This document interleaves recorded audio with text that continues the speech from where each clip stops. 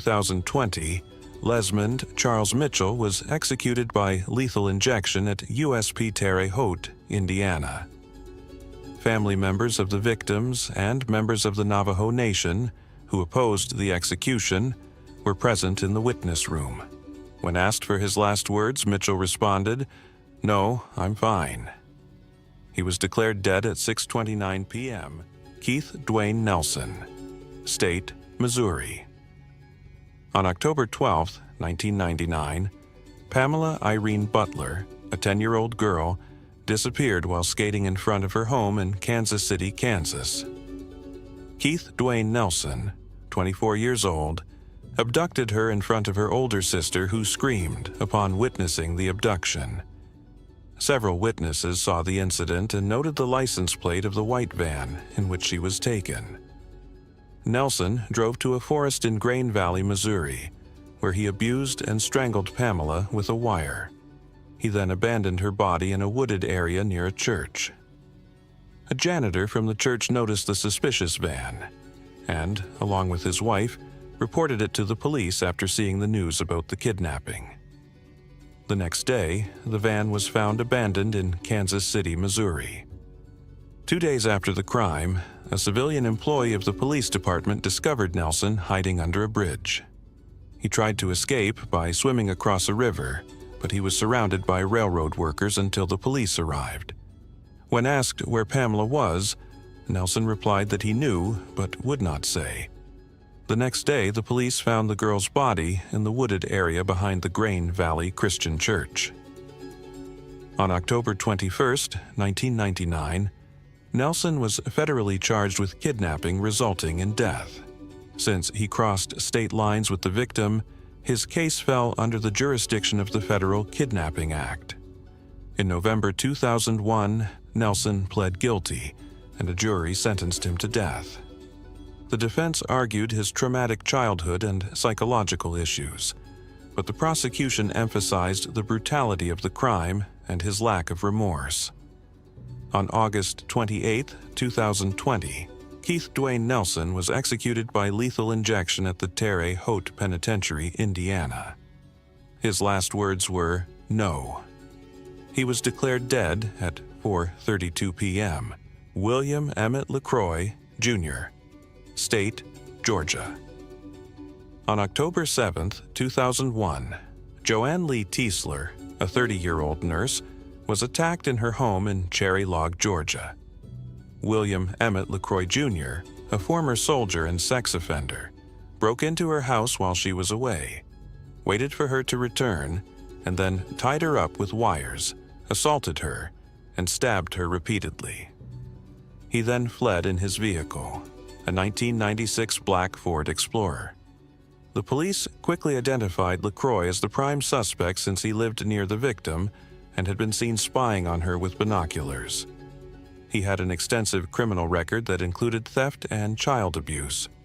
He had been released from federal prison just a month before the crime. On October 11, 2001, Border Patrol agents detained LaCroix in Minnesota as he attempted to cross into Canada with the stolen vehicle. During his arrest, he confessed in detail to the crime and claimed he had mistaken Tiesler for someone from his past. In 2004, LaCroix was convicted in federal court for carjacking resulting in death, a crime that carries the death penalty. His defense argued that the murder was not premeditated and that he should not be tried at the federal level. However, the prosecution proved that he had planned the crime, including purchasing the cables with which he bound her.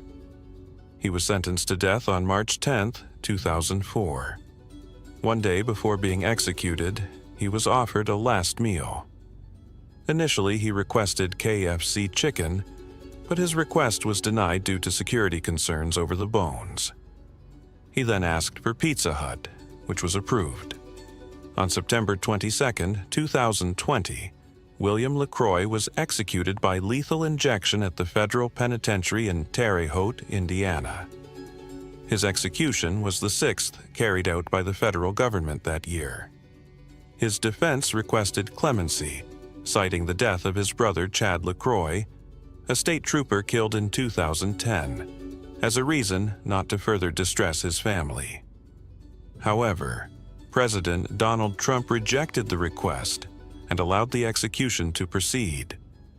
When asked for his last words, LaCroix simply closed his eyes and said nothing. He was declared dead at 9:06 p.m., Christopher Villalva State, Indiana.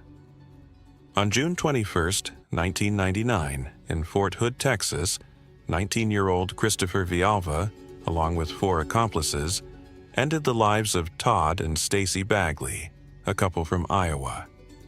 The group approached them at a gas station with the intent to rob them and asked for a ride.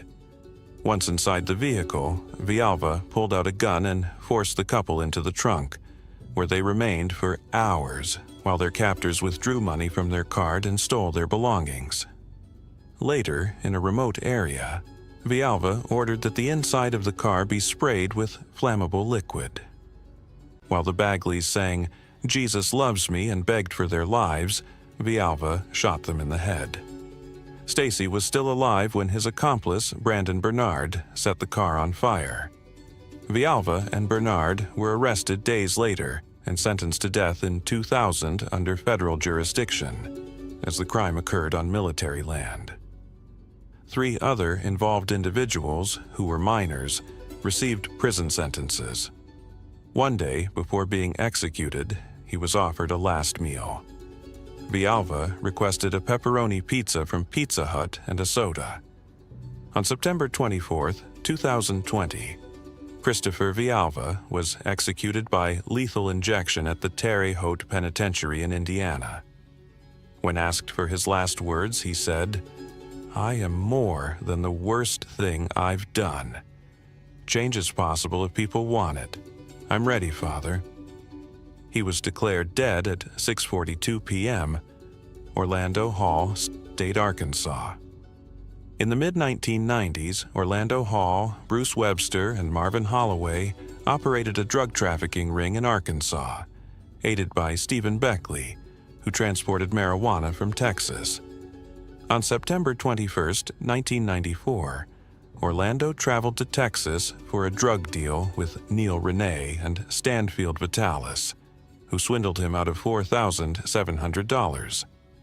Enraged, Orlando tracked down the scammers and, 3 days later, broke into their apartment with Webster, Demetrius Hall, and Beckley.